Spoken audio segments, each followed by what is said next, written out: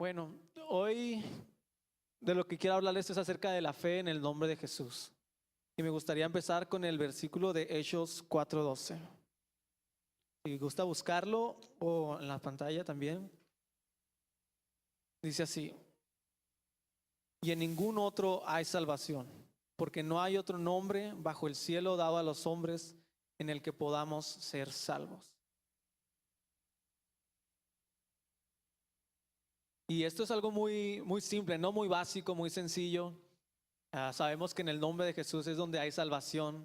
Sabemos que Él es el que nos libra de nuestros pecados, en el que nos da la vida eterna, ¿no? Pero quiero enfocarme, que nos podamos enfocar en la palabra salvos. Salvo, nosotros lo limitamos solamente a ser libres del pecado, ¿no? A ser perdonados, a tener acceso al cielo. Pero la palabra salvo en el griego es sozo, S-O-Z-O, y significa ser sanado, significa ser rescatado, librado, preservado, completado. O sea, tiene muchas aplicaciones. Y la salvación como Dios la diseñó, era para todo nuestro cuerpo, espíritu, alma y cuerpo, para todo nuestro ser. Y muchas veces la iglesia solamente se enfoca, como lo había dicho así, en la salvación que es para el espíritu. El perdón de pecados sí es bueno, es real, pero no es solamente eso. Y nos enfocamos y, por ejemplo, la manera que evangelizamos es: no, es que te tienes que arrepentir para que no te vayas al infierno. Y, y ofrecemos el evangelio como si fuera un bote salvavidas, ¿no? Para no irnos al infierno, aunque es verdad, es cierto, pero no es todo lo que hay. O sea, la salvación, Dios la diseñó para salvar todo nuestro ser. El rescate de nuestros pecados para nuestro espíritu, la libertad para nuestra alma de la opresión del diablo, y la sanidad para nuestros cuerpos de toda enfermedad, de toda dolencia. Y sabemos que hay increíbles promesas que Jesús nos dejó para usando su nombre. Por ejemplo, en Marcos 16, 17 y 18, yo creo que ya lo han escuchado todos. Dice: y estas señales seguirán a los que creen. En mi nombre echarán fuera demonios, hablarán nuevas lenguas, tomarán en las manos serpientes, y si bebieren cosa mortífera no les hará daño. Sobre los enfermos pondrán sus manos y sanarán. Entonces, otra promesa, por ejemplo, era que Jesús les enseñaba a pedir al Padre en su nombre. En Juan 14, 13, 14 dice: y todo lo que pidiereis al Padre en mi nombre lo haré, para que el Padre sea glorificado en el Hijo. Si algo piden en mi nombre, yo lo haré. Y a veces tenemos una percepción errada de cómo funciona el nombre de Jesús. Creemos que el nombre de Jesús es como una palabra mágica, ¿no? Que lo vamos a decir y por arte de magia vamos a tener lo que estamos pidiendo, o los enfermos se van a sanar, no sé. Pero no, abarca mucho más que solo un nombre o una palabra o una fórmula mágica. Por ejemplo, cuando Jesús dijo que todo lo que pidan al Padre en mi nombre, eso yo lo haré o se los daré. Más adelante en Juan 15, dice la condición Jesús. Dice: si permanecen en mí y mis palabras permanecen en vosotros, pedid todo lo que queréis y os será hecho. Y lo más adelante en el versículo 8 dice: en esto es glorificado mi Padre, en que lleven mucho fruto y sean así mis discípulos. Entonces ahí vemos cuál es la condición, ¿no? Tenemos que permanecer en Él y su palabra permanecer en nosotros, con el propósito de que sea glorificado el Padre. Y me acuerdo del versículo de cómo Santiago dice: ustedes piden y no reciben porque piden para sus propios deleites. Y así muchas veces nosotros que le pedimos a Dios, pero solo son para nuestros deleites. No, quiero un mejor carro, Padre, que te pido por un carro en el nombre de Jesús. Y cosas así que no son malas, pero que no es el propósito. Entonces vemos que el propósito es glorificar al Padre, y el Padre es glorificado en que nosotros llevemos fruto. Entonces tenemos que pedir cosas que nos ayuden a llevar fruto. Por ejemplo, no sé, si tienes un ministerio, que Dios te provea, no sé, financieramente, perdón. para levantar ese ministerio, si es tal vez un don espiritual para atraer a más a los pies de Jesús, a más personas, para alcanzar a los perdidos. O sea, hay muchas cosas de las que podemos pedir y en las que Jesús nos anima a que pidamos al Padre, no para nuestros deleites, no para cosas egoístas, sino para que el Padre sea glorificado a través de que llevamos fruto y así seamos sus discípulos. Entonces, ¿pero qué significa permanecer en Jesús? Primera de Juan 2:6 dice: el que dice que permanece en él debe andar como él anduvo. El que permanece en Jesús, el que dice que permanece en Jesús debe andar como él anduvo. Y permanecer significa habitar, significa estar parado firme en Jesús.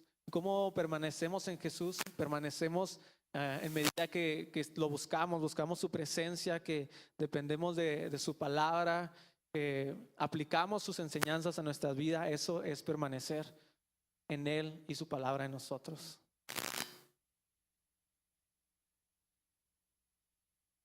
Y esa es la condición que Jesús pone: permanezcan en mí y mi palabra en ustedes, y todo lo que pidan al Padre les será hecho.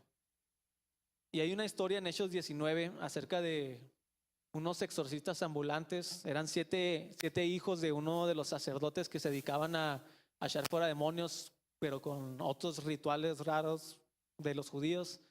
Y ellos vieron cómo Pablo echaba fuera demonios usando el nombre de Jesús, y pensaron: pues tal vez funcionan, si decimos en el nombre de Jesús va a ser más fácil, porque sus rituales llevaban más tiempo y cosas más elaboradas, y eso era pues rápido, ¿no? En el nombre de Jesús, sal, y salían los demonios. Entonces lo que hicieron estos 7 hijos del sacerdote es que tenían un endemoniado, y le dijeron: en el nombre de Jesús, a quien Pablo predica, te ordenamos que salgas.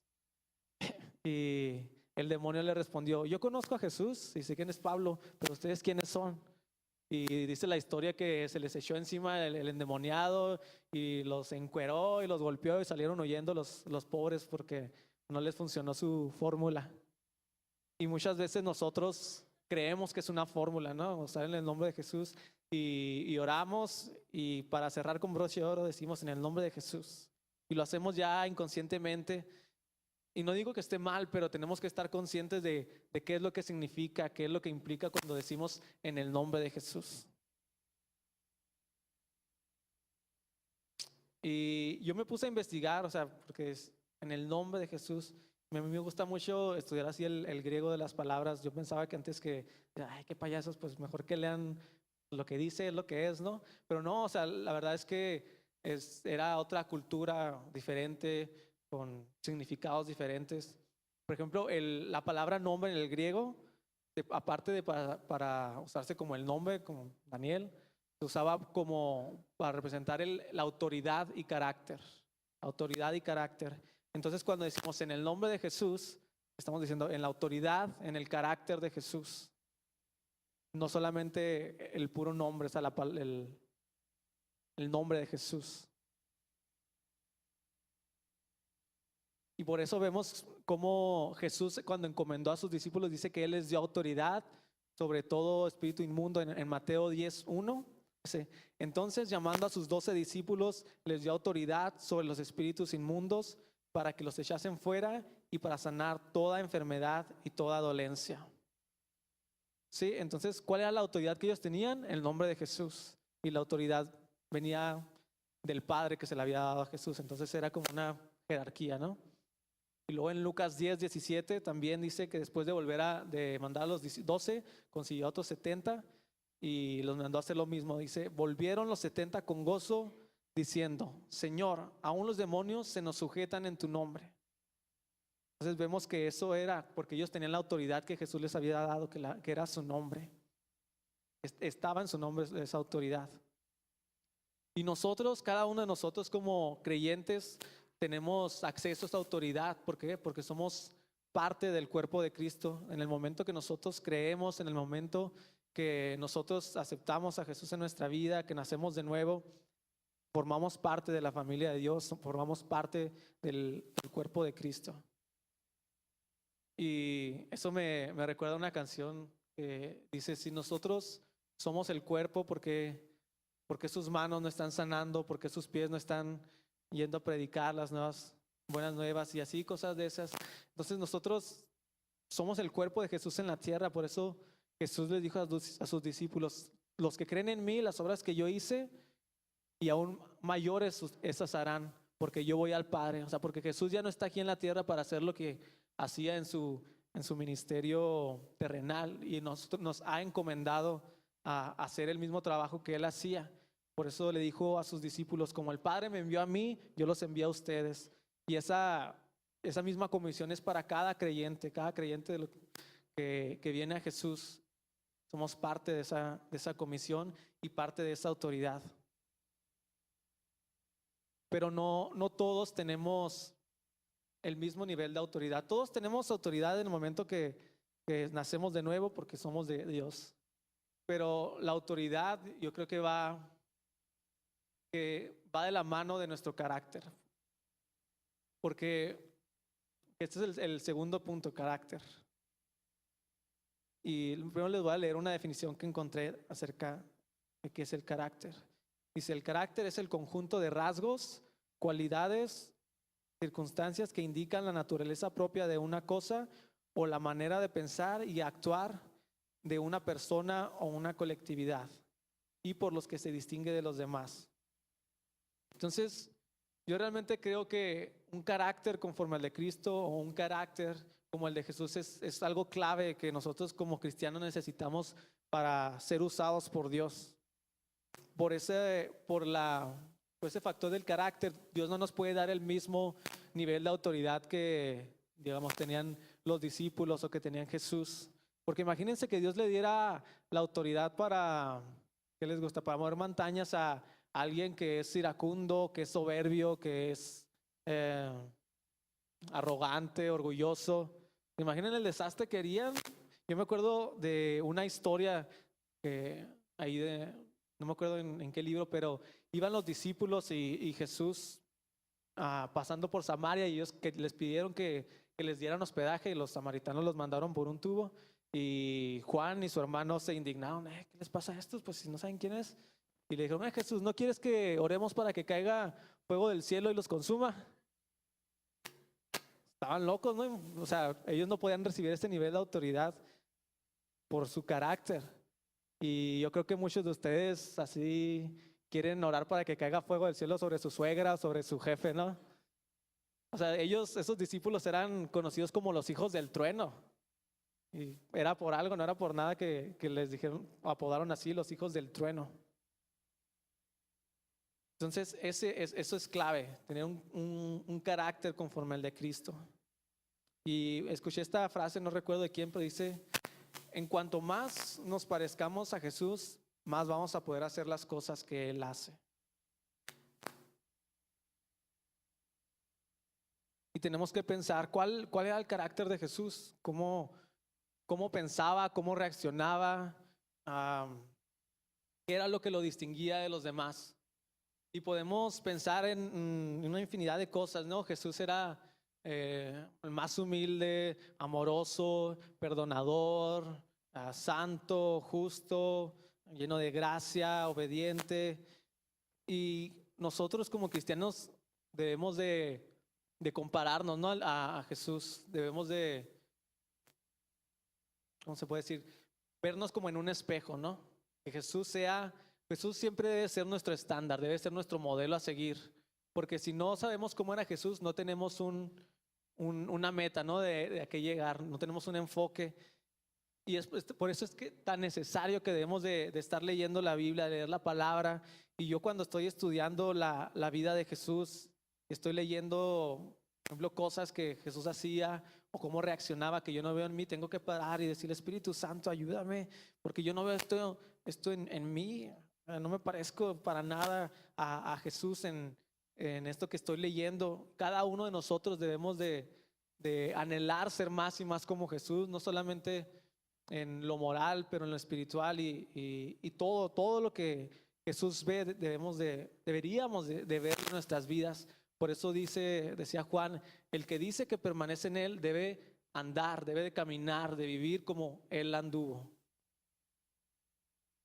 Y uno de los versículos que más me impacta acerca del carácter de Jesús es Filipenses 2:6, que dice así: el cual, siendo en forma de Dios, no estimó el ser igual a Dios como cosa a que aferrarse, sino que se despojó a sí mismo, tomando forma de siervo, hecho semejante a los hombres, y estando en la condición de hombre, se humilló a sí mismo, haciéndose obediente hasta la muerte y muerte de cruz. Entonces, yo creo que ninguno de nosotros podemos imaginarnos cómo era la vida de Jesús allá en el cielo, ¿no? En el cielo donde todo es perfecto, donde no hay tristeza, ni enfermedad, ni nada de esas cosas que nosotros sufrimos aquí en la tierra, ¿no? Y dice que Él no tomó el ser Dios, el ser igual a Dios como algo que aferrarse. O sea, no dijo, ay, no quiero ir a la tierra, está muy feo ahí, huelen feo y no se bañan, tienen jabón. No, o sea, él dijo, voy a ir, no, esto está bien, no hay problema. Y muchos de nosotros nos aferramos a nuestra comodidad, tenemos el control de la tele y no queremos soltarlo para venir los martes a la oración, ¿verdad? Y a alguien le cayó convicción, ¿verdad? Y también a los que están buscando piedras ahí para lincharme, se crean. Pero es verdad, o sea, dice que él se humilló a sí mismo. La manera que, uno de los ejemplos en los que Jesús se humilló es que Él le lavó los pies a sus discípulos. Y ese era el trabajo de lo más bajo, de lo más bajo. Eso lo hacían los esclavos de los esclavos. Y a mí me impacta eso, como el Dios del universo, el Dios que creó todo, el Dios que nos dio vida, fue capaz de humillarse de tal manera de hincarse y lavarle los pies a unos discípulos imperfectos, llenos de tierra, excremento medio y quién sabe qué más pisaban ahí en el camino, que no había mucha higiene en esos tiempos, ¿no? Pero él dijo, entonces, yo hago esto para que ustedes puedan hacerlo entre ustedes, que puedan servirse. Entonces, muchos de ustedes no son ni capaces de levantar un papel, ¿no?, que se encuentran allá en la entrada. Entonces, si quieren practicar humildad, pueden apuntarse allá atrás para venir a lavar los baños en la semana, si quieren desarrollar humildad. Y van a desarrollar mucha humildad porque pues están muchos albañiles aquí trabajando en la semana y se ponen feos los baños. Entonces, otra cosa que me gustaría resaltar del carácter de Jesús era su libertad para hablar, su libertad en general.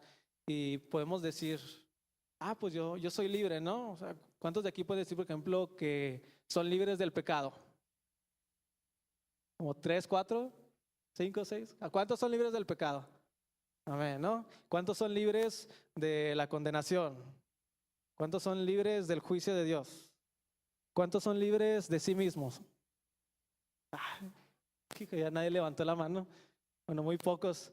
Y esa es la libertad a la que me refiero que tenía Jesús. Jesús podía hablar lo que quería, decir lo que quería, cuando fuera, donde fuera, sin importar que estuvieran los populares de ese tiempo, los fariseos, las autoridades, sin importar que hubiera gente que estaba listo para apedrearlo, sin importarle que hubiera personas que lo estuvieran empujando para aventarlo por un acantilado. O sea, Jesús jamás lo ves que le importa o que se retrae o que compromete la verdad por agradar a alguien más. Y eso es algo que a mí me marcó mucho cuando Dios me lo habló a mi vida. Porque muchas veces nosotros nos frenamos. Nos frenamos porque no somos libres de nosotros mismos. Porque cuando yo soy libre de mí, soy libre de ti. Y puedo decir lo que quiera porque no me importa lo que pienses de mí. ¿Sí? Así era lo que Jesús vivía. No le importaba lo que pudieran decir de él. Y muchas veces esa falta de libertad nos impide que podamos testificar a nuestros amigos, a nuestros compañeros de trabajo acerca de lo que Jesús ha hecho en nuestra vida, acerca de quién es Él, de lo que puede hacer en sus vidas, porque somos esclavos de nosotros mismos, de las opiniones de las otras personas, de personas que nunca, de todos modos, no harían nada por nosotros. Y una vez Dios me dijo algo que me marcó, me sacudió mi vida por completo y me preguntó, Pues yo le sentí en mi corazón que me dijo, ¿cuántas almas valen tu reputación? Y hice la cara que muchos hicieron, me sacudió, o sea, pues no, ningún alma vale la pena mi reputación. Entonces yo les hago la misma pregunta a ustedes, ¿cuántas almas valen su reputación de sus amigos, de sus compañeros, de su familia, de sus vecinos? Ningún alma vale la pena. Y por eso es que a Jesús no le importaba su reputación. Él venía a hacer lo que el Padre le encomendó. Él venía a decir lo que tenía que decir, sin importar las consecuencias. Y esas solamente son dos cosas que llevamos de su carácter. Imagínense si nos ponemos a hacer una lista, yo creo que ni siquiera vamos a creer que somos salvos o nos deprimimos o no sé qué. Pero ese es el punto. Compararnos con Jesús, que Él sea nuestro modelo, que Él sea nuestro estándar.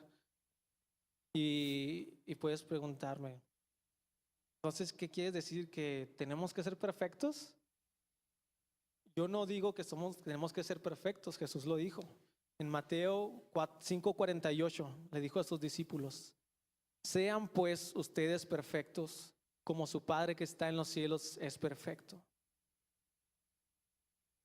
Y no sé, yo he escuchado a muchas personas que dicen, no, es que Dios no espera perfección de ti, no quiere que seas perfecto, solo que seas humilde. Y suena muy bonito eso, pero eso no es lo que dice en la Biblia. O sea, eso yo no lo leo como una sugerencia, lo leo como un mandato, ¿no? Sean perfectos. Y yo lo leí y digo, ¿cómo? O sea, ¿cuántos de aquí pueden levantar la mano y decir que son perfectos? Nadie, ¿verdad?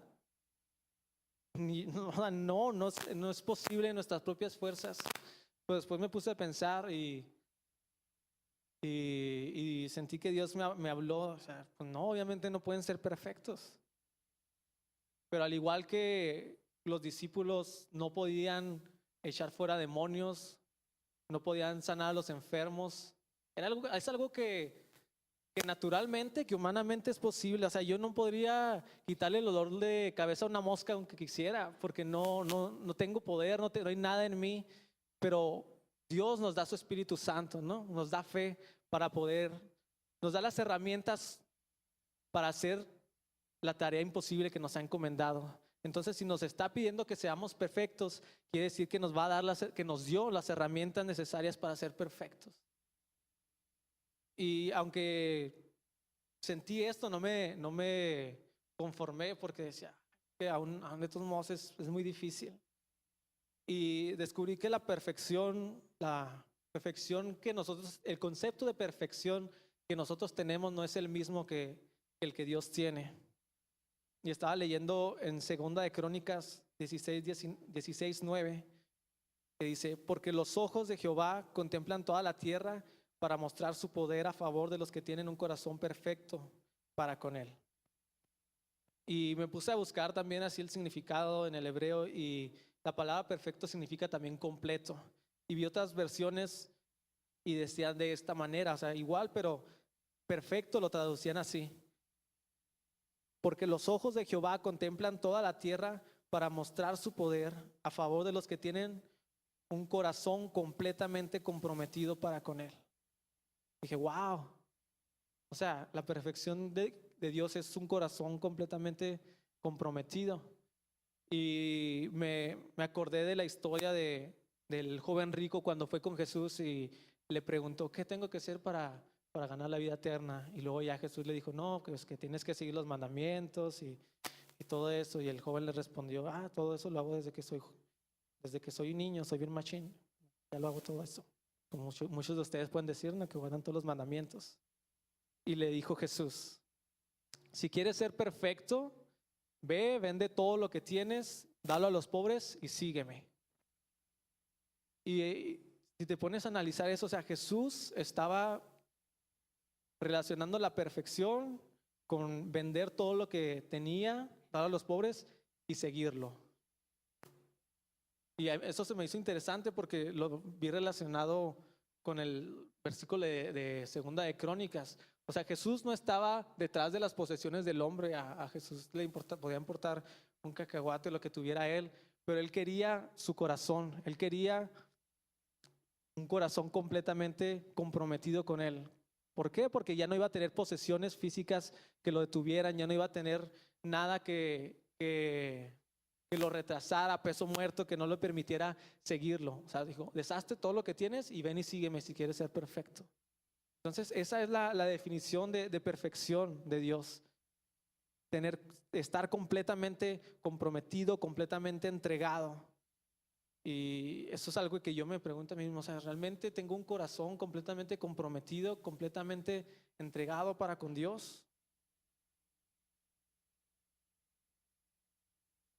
Y también una herramienta que puedes usar es algo muy conocido, ¿no? Gálatas 5, 22 y 23, habla de los frutos del Espíritu, que es amor, gozo, paz, paciencia, amabilidad, bondad, fe, humildad y dominio propio.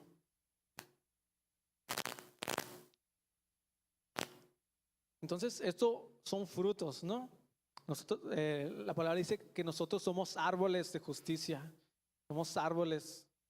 ¿Y cuántos de ustedes han visto a un árbol de naranjas esforzándose para dar naranjas? ¡Oh, naranjas! No, ¿verdad? Es algo que se da natural. Así al igual en nuestras vidas como cristianos, debe ser algo natural que fluya a nosotros el amor, el gozo, la paciencia. Cada uno de los frutos del Espíritu debe de cada día hacerse más evidente, más real y tangible en nuestras vidas. Y eso solo se puede lograr en medida que tú te sometas al Espíritu Santo, en medida que cada día le buscas y en medida que estás consciente a donde quiera que vas, en todo lo que haces, que, que debes de parecerte más a Jesús.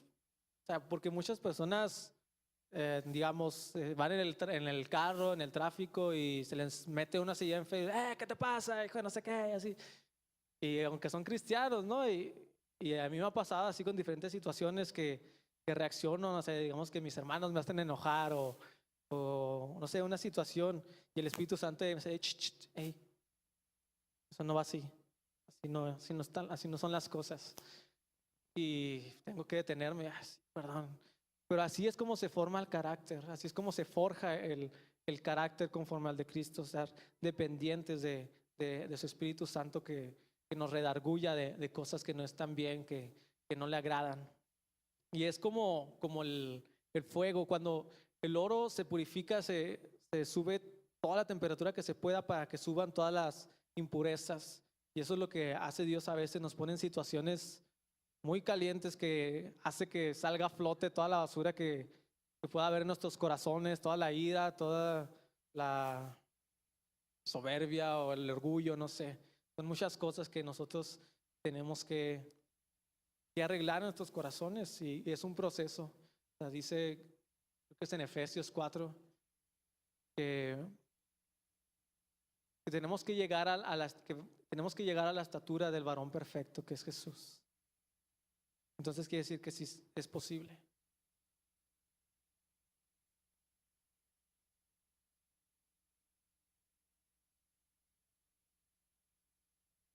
Y el tercer punto es fe. Estamos hablando de fe en el nombre de Jesús, ¿no? Y en Hechos 3 hay una historia de Pedro y Juan que van caminando y van camino al templo y se encuentran a un cojo en la entrada. Y el cojo está mendigando, les está pidiendo dinero, ¿no?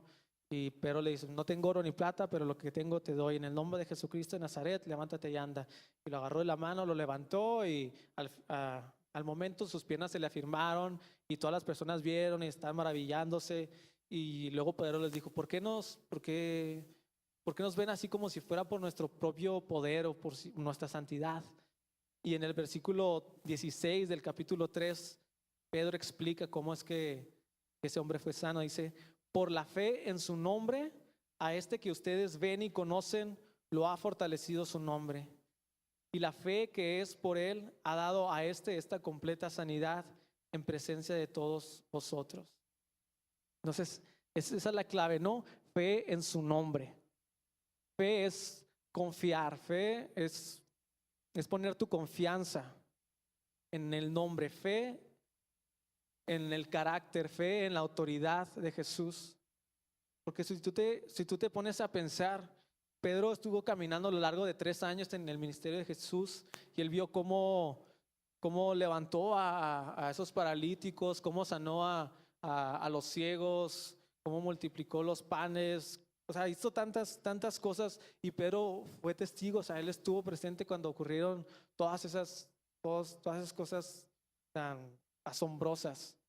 Y, y conocía la autoridad que Jesús tenía, porque él veía cómo echaba fuera a los demonios, él veía cómo hacía todas estas cosas. Y él también tenía fe en su carácter, porque Jesús, todos los que venían a él, Jesús les recibía y sin importar cuál fuera su problema, Jesús los sanaba, Jesús los libertaba. No hubo ni una sola persona que fuera a Jesús y que Jesús no lo sanara, que no lo liberara de alguna opresión. Él tenía fe en su carácter, él conocía cómo era Jesús. Y sabía que Jesús no era mentiroso. Pedro sabía que todo lo que salió de la boca de Jesús era verdad, que cuando Jesús dijo, estas señales seguirán a los que creen, él sabía que era verdad. Pedro sabía que cuando Jesús dijo, a los que creen en mí, las obras que yo hice y aún mayores, estas harán. Y cada una de las promesas, Pedro estuvo presente y lo creyó. Por eso dijo fe en su nombre, fe en la autoridad, fe en el carácter de Jesús. No solamente como una palabra mágica, no solamente como una muletilla. Entonces Jesús sigue teniendo poder para salvar y esa salvación es para todo el cuerpo. Y a veces nosotros decimos, Señor, ayúdame, yo lo he orado, aumenta mi fe, ¿no? Y suena muy humilde, pero la realidad es que el tamaño de la fe, en mi opinión, no es el problema, porque cuando los discípulos le dijeron a Jesús, aumentanos nuestra fe, Señor, cuando Jesús les pidió una tarea imposible, Jesús les dijo, si tuvieran fe como un grano de mostaza, le dirían a ese árbol que se arrancara y se plantara en el mar y así sería hecho. Entonces no les dijo Jesús no les dio una técnica de cómo aumentar su fe, ¿no? Les dijo, si tuvieran fe como un grano de mostaza. Entonces vemos que el problema no es el tamaño de la fe. Lo que yo veo que es el problema en muchos de nosotros es la incredulidad. Porque en Mateo 17 leemos la historia de un joven epiléptico que su padre lo llevó con sus discípulos y los discípulos intentaron sanarlo y no pudieron. Y luego ya llegó Jesús y lo echó fuera. Y los discípulos ya aparte le dijeron, Señor, porque nosotros no pudimos. Y ya les dijo Jesús por su incredulidad. Pero de cierto les digo que si ustedes tienen fe como un grano de mostaza, le dirán a esa montaña que se mueva y se moverá. Entonces, es posible tener fe, pero incredulidad al mismo tiempo. Por eso Jesús le dijo a Jairo, dijo, solo cree, no dudes. Por eso Santiago nos dice que lo que pidamos, lo pidamos creyéndole sin dudar, porque si dudamos no vamos a recibir. Y es muy importante tratar la incredulidad. Y yo escuché el mensaje de un pastor que dice que hay 3 tipos de incredulidad, ¿no? El primero es la incredulidad por ignorancia, o para los que son más sensibles, por falta de conocimiento. La incredulidad por mala información, ¿no? Porque estamos mal enseñados, tenemos mala percepción de la palabra de Dios, y la incredulidad natural. Y esa es la que Jesús trata en Mateo 17, porque ya después de decirles todo esto que fue por la incredulidad y que si tuvieran fe y no dudan, iban a hacer lo que fuera posible, Jesús les dijo, sin embargo, este tipo solo sale con ayuno y con oración. Y la mayoría del tiempo yo he escuchado que la gente lo interpreta como un tipo de demonio, ¿no? Como el tipo de espíritu que tenía el joven. Pero yo honestamente creo que, esta es mi opinión, pueden estar de acuerdo o no, pero era el tipo de incredulidad. Porque eso ya estaba hablando de otra cosa, ya había cambiado de tema y estaba tratando la incredulidad de ellos. Y por eso lo que hace el ayuno es que, ¿cuántos han ayunado alguna vez? ¿A cuánto les gusta ayunar? Todos lo bajaron, ¿verdad? Bueno, la mayoría. A mí no me gusta ayunar. Yo cuando ayuno sufro mucho porque me gusta la comida. Y cuando estoy ayunando, por alguna extraña razón, veo muchos videos de comida y de postres y cosas así y- que me hace que me den más hambre, ¿no? Porque yo estoy planeando cómo hacer el resto de mi vida comiendo.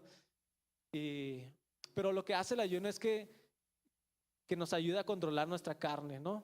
Nos ayuda a controlar nuestros sentidos cuando nuestro cuerpo nos dice, ya dame comer, me voy a morir. Porque si sientes que te vas a morir, es horrible cuando estás ayunando.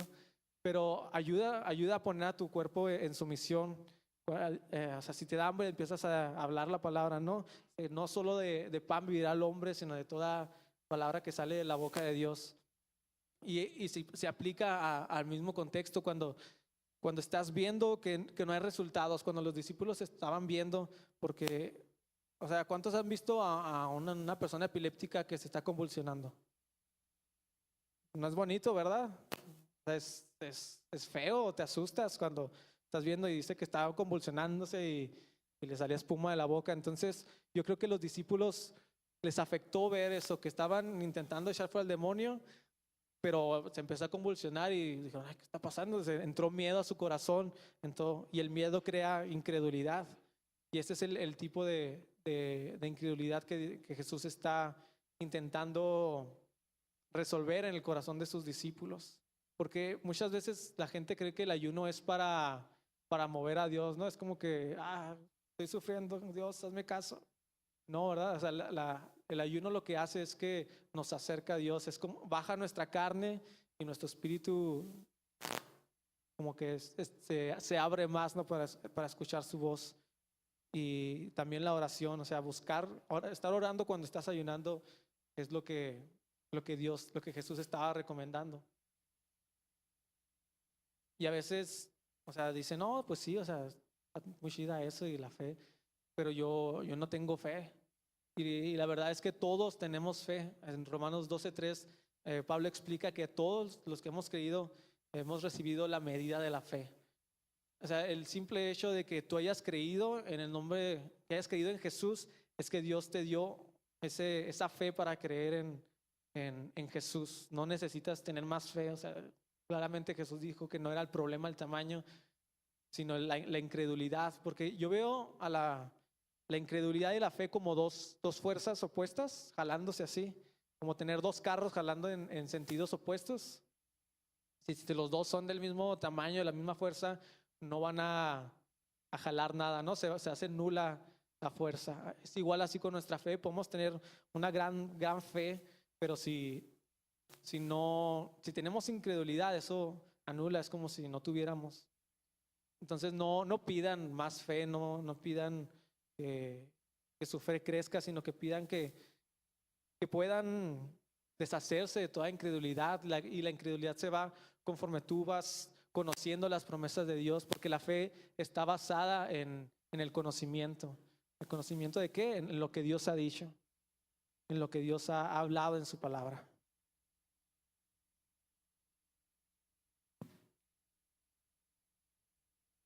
Y yo creo que nosotros como iglesia, como hijos de Dios, tenemos que empezar a creer más esas promesas, todas las que dicen, no solamente las que hemos mencionado. Y yo les recomiendo mucho que puedan leer el capítulo 11 de Hebreos, que habla acerca de la fe muy específicamente. Y pone ejemplos de las grandes hazañas que hicieron a estos hombres de la fe. Por ejemplo, Abraham, que aun cuando ya estaba casi de 100 años y Dios le prometió que iba a tener una descendencia tan numerosa como las estrellas, dice que Abraham no consideró su cuerpo, que ya estaba casi como muerto, y ni a su esposa Sara, que era estéril, también ya estaba de edad avanzada. Y probablemente muchos de ustedes, si Dios les hace esa promesa de que va a tener un hijo a los 100 años, le hacen, ay no, cruz, ¿verdad? ¿Quién quiere tener un hijo a los 100 años? Pero era algo que Dios le prometió a Abraham, y que Abraham lo tomó y lo creyó. Y nosotros como hijos de Dios debemos de caminar por fe, ¿no? El justo por la fe vivirá. Y se trata de eso, la fe solamente es creer, es creer. Y, o sea, como niños, por eso Jesús dijo, Si no son como estos niños, no pueden ver el reino de los cielos. ¿Por qué? Porque un niño se cree todo lo que le dicen, ¿no? Si le dices a un niño, mira un unicornio rosa, el niño, ¿dónde? Igual, o sea, los niños se creen todo lo que les digan, o sea, por eso los niños creen en Santa Claus y en el ratón de los dientes y todas esas cosas, ¿no? Pero imagínense si enseñáramos a nuestros hijos, bueno, yo no tengo hijos, ¿verdad? Pero a sus hijos, a, a creer en lo que dice la palabra. Imagínense si empezaran cuando van al mandado o a pasear y ver a un enfermo, miren, vamos a orar por ese. Jesús dijo que si ponemos nuestras manos sobre los enfermos, ellos sanarán. Y van y empiezan a ver a personas sanadas y sus hijos empiezan a crecer con esa mentalidad. O sea, sería completamente diferente, tendríamos un impacto en nuestro mundo alrededor completamente diferente que el que estamos teniendo ahora. Porque somos tan incrédulos, en serio, porque hay tantas promesas que Dios nos ha dejado y no vamos detrás de eso. O sea, a la fe tiene que ser acompañada de obras. La fe no puede decir, no, sí creo, pero algún día. O sea, la fe espera. Una evidencia de que hay fe es que estás expectante de que va a suceder algo, no de que algún día, si es la voluntad de Dios, porque tienes que conocer la voluntad de Dios. Si no conoces la voluntad de Dios, no puedes tener una fe firme. Su voluntad ya no la dejó revelada en la palabra, nos dejó su voluntad revelada en la vida de Jesús, porque Jesús todo lo que hacía, todo lo que dijo, Él dijo, yo solo hago lo que veo al Padre hacer, yo solo digo lo que escucho del Padre. Entonces todo lo que tú veas en la vida de Jesús es la voluntad del Padre revelada. Y me gustaría que los músicos pudieran subir ahorita, que podamos ponernos sobre nuestros pies. Y si alguna cosa te tocó en este mensaje, si es tu carácter, si es, por ejemplo, el carácter, que puedas empezar a pedirle, Señor, trabaja en mi carácter, trabaja en mi forma de pensar, de actuar. Señor, nosotros creemos en tu nombre, nosotros creemos en tus promesas.